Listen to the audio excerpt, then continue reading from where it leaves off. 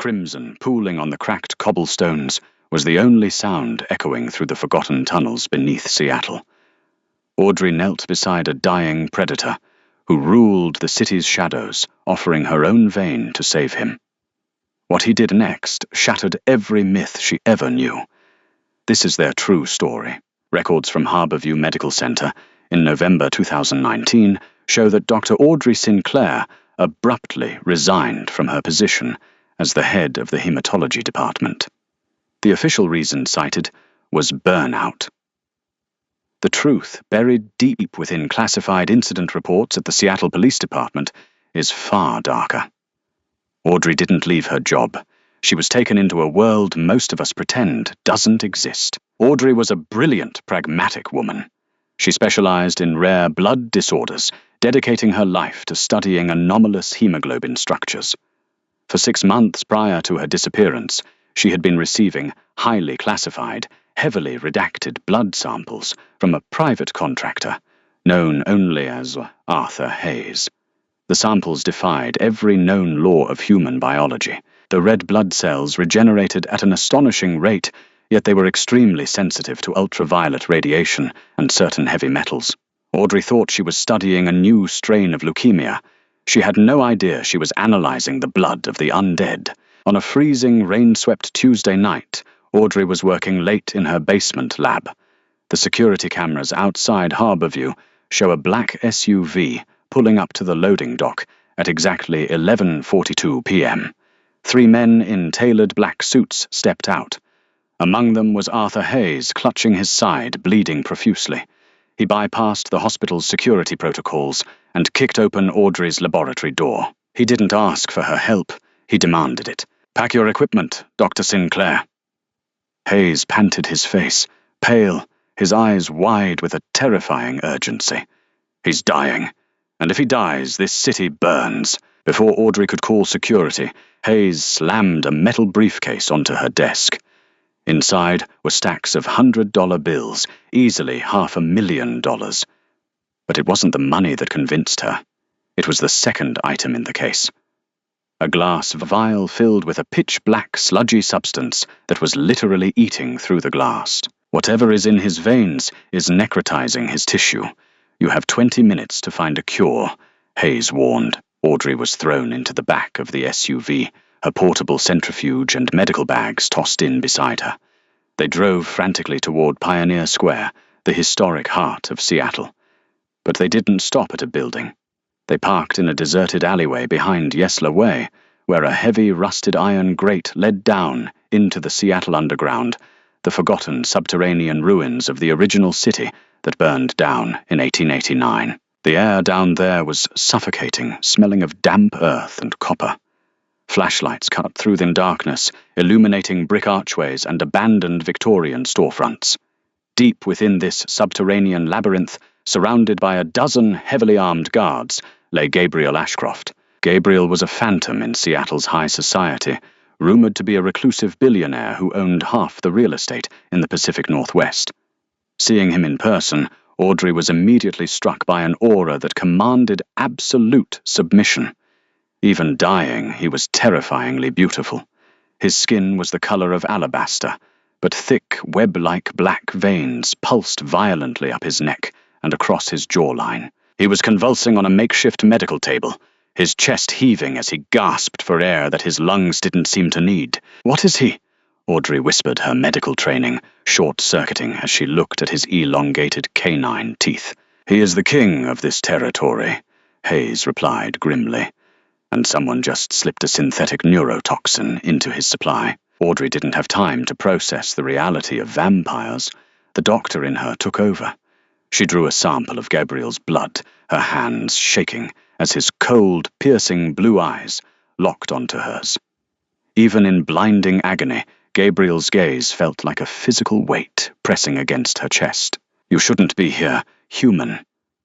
Gabriel's voice was a ragged, deep gravel that vibrated in her bones. "Run. Run. When I lose control, I will tear you apart. Hold still," Audrey ordered, surprising herself with her own authority. She ran his blood through her portable analyzer. The results on her laptop screen were catastrophic. The pathogen was a bioengineered nightmare, a molecular compound combining colloidal silver and a highly concentrated derivative of belladonna. It was designed to latch onto his regenerative cells and corrupt them, turning his own immortal healing factor against him. The silver was acting as a conductor, literally frying his nervous system from the inside out. "His cells are breaking down," Audrey told Hayes, panic rising in her throat. "The silver is binding to his hemoglobin. I can't synthesize a chelating agent fast enough. Standard dialysis won't work. The equipment will melt." Gabriel let out a guttural, agonizing roar, his back arching off the table. The stone walls of the underground chamber trembled. The guards raised their weapons, terrified of their own king. "If his heart stops, the necrosis becomes permanent," Hayes shouted over the noise. "He turns to ash. Fix him, doctor." Audrey stared at the laptop. There was only one biological mechanism strong enough to filter out a poison, this aggressive, a living, beating human cardiovascular system. But not just any human.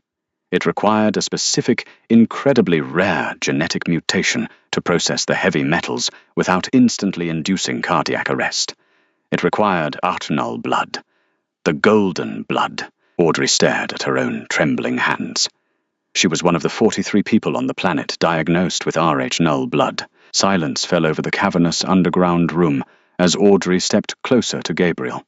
The black veins had reached his collarbone, creeping steadily toward his heart. He had mere minutes left. "Tell your men to lower their weapons," Audrey said to Hayes, her voice eerily calm. "Doctor, what are you doing?" Hayes demanded. "I'm giving him a biological filter," she replied, shedding her white medical coat. "My blood is Rh null. It lacks all 61 antigens in the Rh system. It's a universal donor on a molecular level, but more importantly, my red blood cells have a unique structural integrity. If he feeds on me, my blood will act as a natural dialysis machine. It will bind to the silver and flush the belladonna out of his system." Gabriel, fighting through the blinding pain, violently shook his head. "No," he growled, sweat pouring down his pale face. "The toxin. It will transfer to you. It will kill you. I'm a doctor. My oath is to save my patient," Audrey said, stepping into his personal space. The proximity to him was intoxicating. A primal magnetic pull radiated from Gabriel, an ancient allure designed to hypnotize prey. But Audrey didn't feel like prey. She felt a profound, inexplicable connection to the lonely, dying immortal thrashing on the table. She unbuttoned the collar of her blouse, exposing the delicate pulse point on her neck. "Do it," she whispered, leaning over him. Gabriel's eyes dilated the irises, swallowing the blue until they were pitch black.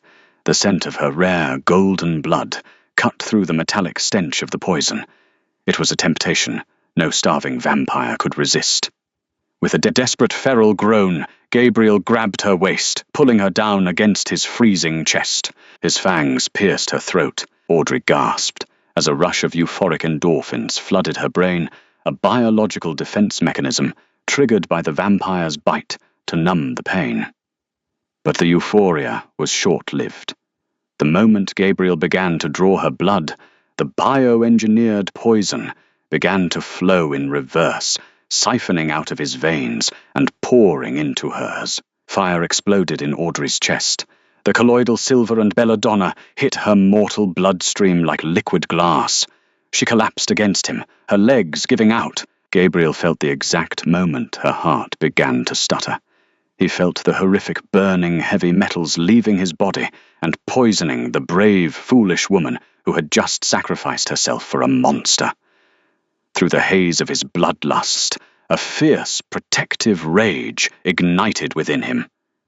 He had lived for 400 years, conquering empires and surviving wars, but he had never witnessed an act of such selfless grace. She was going to die.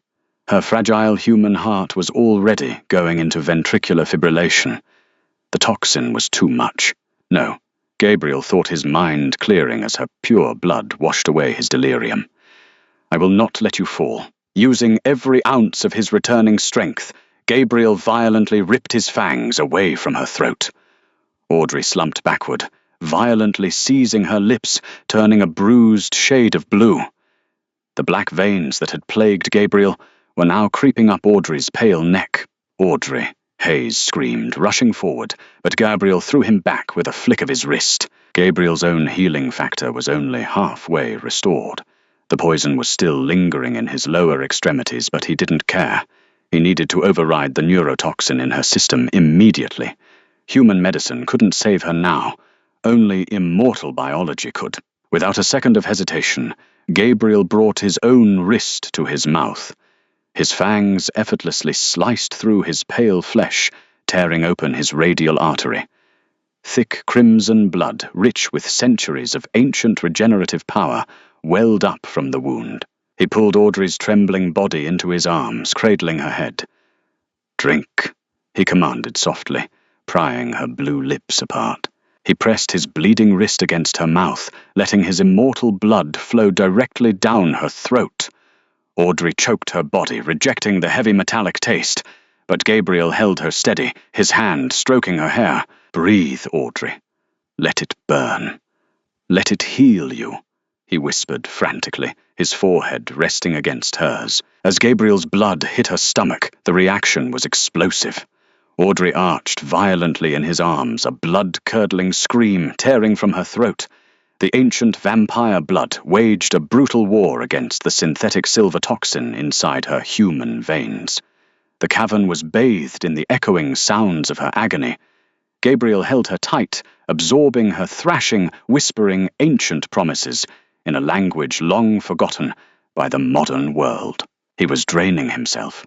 By forcing his regenerative blood into her, he was starving his own body of the resources it needed to finish fighting off the poison. The black necrotizing veins began to creep back up Gabriel's neck. He was taking the poison back, trading his life for hers, drop by drop. Audrey's seizing finally slowed. Her breathing, which had been ragged and shallow, suddenly deepened. The sickly blue tint of her skin was replaced by a flushed, unnatural warmth. She opened her eyes, and for a terrifying second, her irises flashed with the same pitch-black intensity as Gabriel's. She was alive, but she was no longer entirely human. Gabriel gave her a weak, exhausted smile before his eyes rolled back. His body went entirely limp, collapsing onto the cold stone floor of the underground chamber. "Gabriel!" Audrey screamed, the strength in her voice, startling even herself. She scrambled to her knees, grabbing his shoulders. His skin was turning to ice. The King of Seattle had fallen, and Audrey's nightmare was only just beginning. The Seattle Underground was notoriously frigid in November, a damp, bone-chilling cold that seeped through the 19th century brickwork. But as Audrey Sinclair knelt beside Gabriel Ashcroft's lifeless body, she realized she could no longer feel the cold. In fact, she could feel everything else with a terrifying, agonizing clarity. She could hear the rhythmic, panicked beating of Arthur Hayes's heart from 10 feet away. She could smell the exact chemical composition of the damp soil beneath the cobblestones, the oxidized copper of old pipes, and the sharp, alkaline scent of the synthetic belladonna that had nearly killed the immortal king. Most shockingly, she could feel the slow, sludgy, almost imperceptible thud of Gabriel's heart beneath his frozen chest. He was not dead. He had entered a deep, self-induced coma, a biological failsafe designed to preserve his vital organs while his body attempted to purge the remaining heavy metals. "Dr. Sinclair," Hayes stammered, stepping forward carefully, as if approaching a wild animal. "Your eyes." Audrey blinked, the pitch-black darkness of her irises slowly receding back to her natural hazel, though a ring of predatory gold now permanently encircled her pupils. She ignored Hayes, her clinical training roaring back to life, supercharged by the ancient supernatural adrenaline now coursing through her veins. Gabriel had saved her by forcing his regenerative blood into her failing human heart. But in doing so, he had sacrificed his own healing factor. The silver toxin was still trapped in his lower extremities, slowly crystallizing his veins. "We need to move him back onto the table," Audrey commanded. Her voice didn't shake. It resonated with an unnatural, commanding echo that made Hayes instantly step forward to obey. When Audrey grabbed Gabriel's shoulders to lift him, she nearly threw him across the room. Her muscles fired with an explosive, impossible strength. A human woman weighing barely 130 pounds had just lifted a fully grown, dense, immortal male as if he were made of balsa wood. She didn't have time to marvel at her new biology. She had a patient to save. The neurotoxin is causing a severe hemolytic crisis in his lower vascular system, Audrey said, tearing open her emergency medical kits with blinding speed. His body is in torpor trying to freeze the poison in place, but the silver is too corrosive. It will eventually reach his brain. We need to perform a continuous renal replacement therapy, but I don't have a dialysis machine. Then what do we do? Hayes asked, his stoic demeanor cracking as he looked at his dying king. I become the machine. Again, Audrey stated grimly. But this time we control it. She quickly instructed Hayes to raid the emergency blood supply kept in the underground bunker's cold storage. Gabriel kept dozens of bags of O-negative blood for his guards, sourced quietly through illicit channels connected to the Puget Sound Blood Center. Audrey needed volume.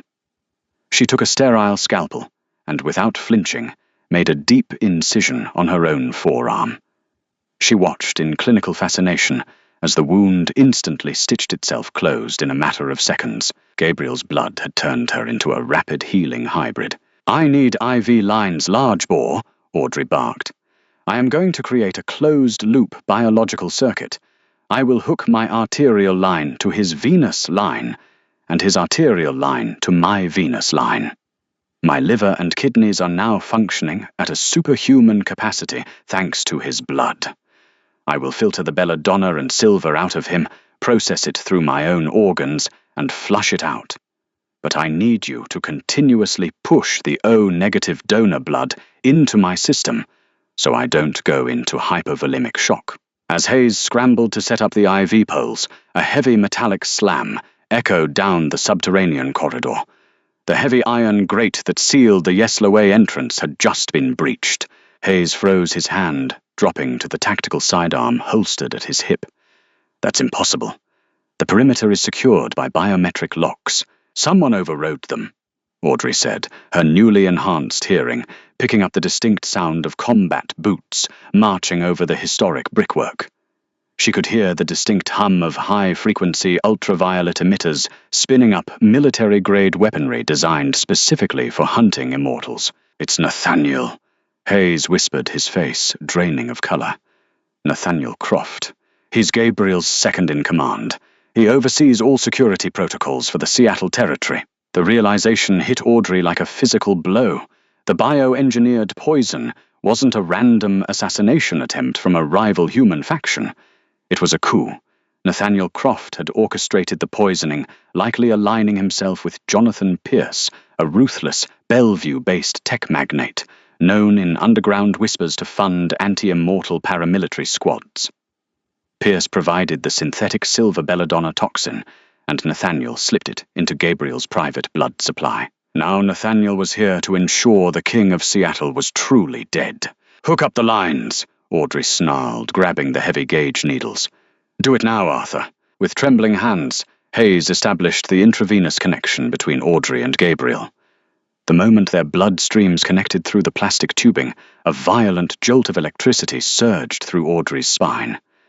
It was not just a medical transfusion, it was a profound, telepathic tether.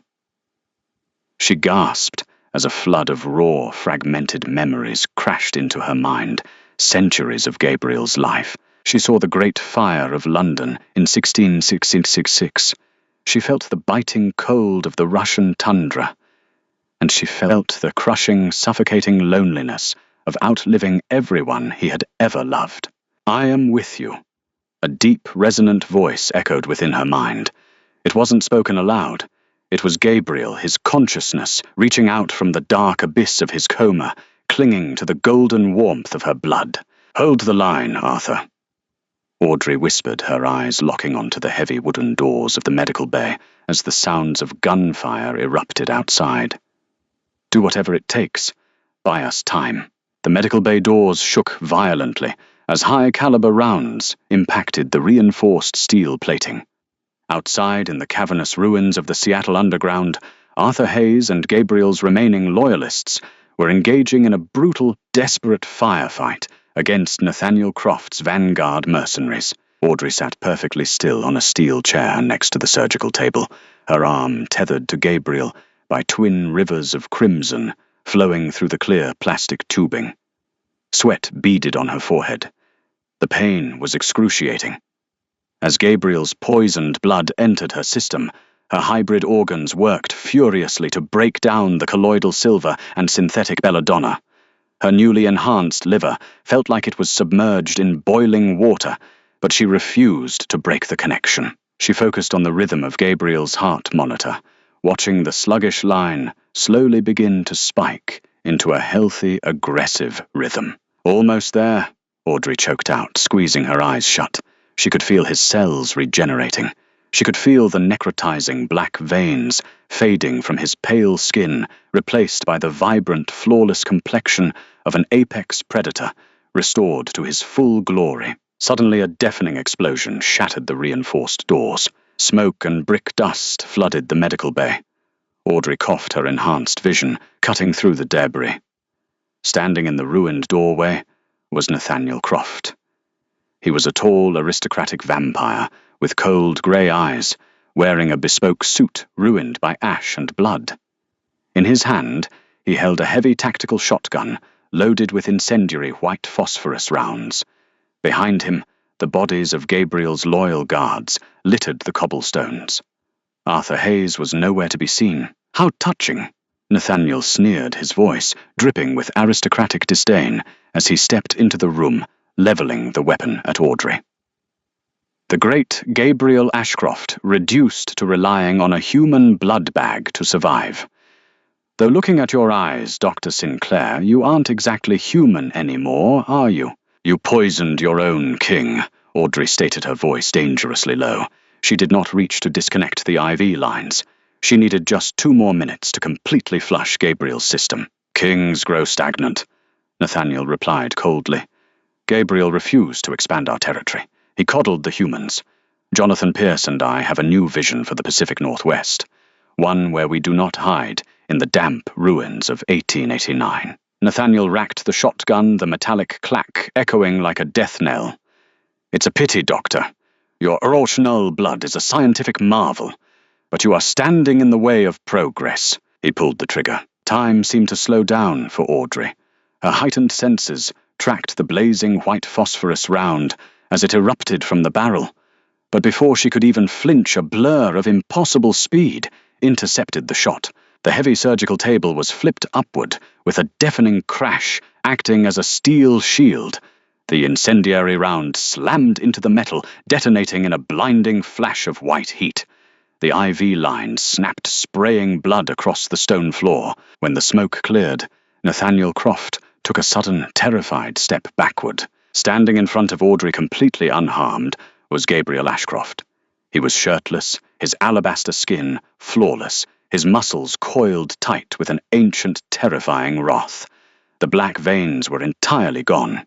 His eyes, fixed on his former second-in-command, were glowing with a predatory luminous blue that illuminated the dark room. Nathaniel. Gabriel's voice was a soft, rumbling earthquake that vibrated the dust off the ceiling. You have made a grave miscalculation. Nathaniel let out a feral hiss, dropping the useless shotgun and lunging forward, his own fangs descending. He moved with the blinding speed of a centuries-old vampire aiming to tear Gabriel's throat out. But Gabriel didn't just meet the attack. He utterly dismantled it. With a brutal, effortless grace, Gabriel sidestepped Nathaniel's lunge.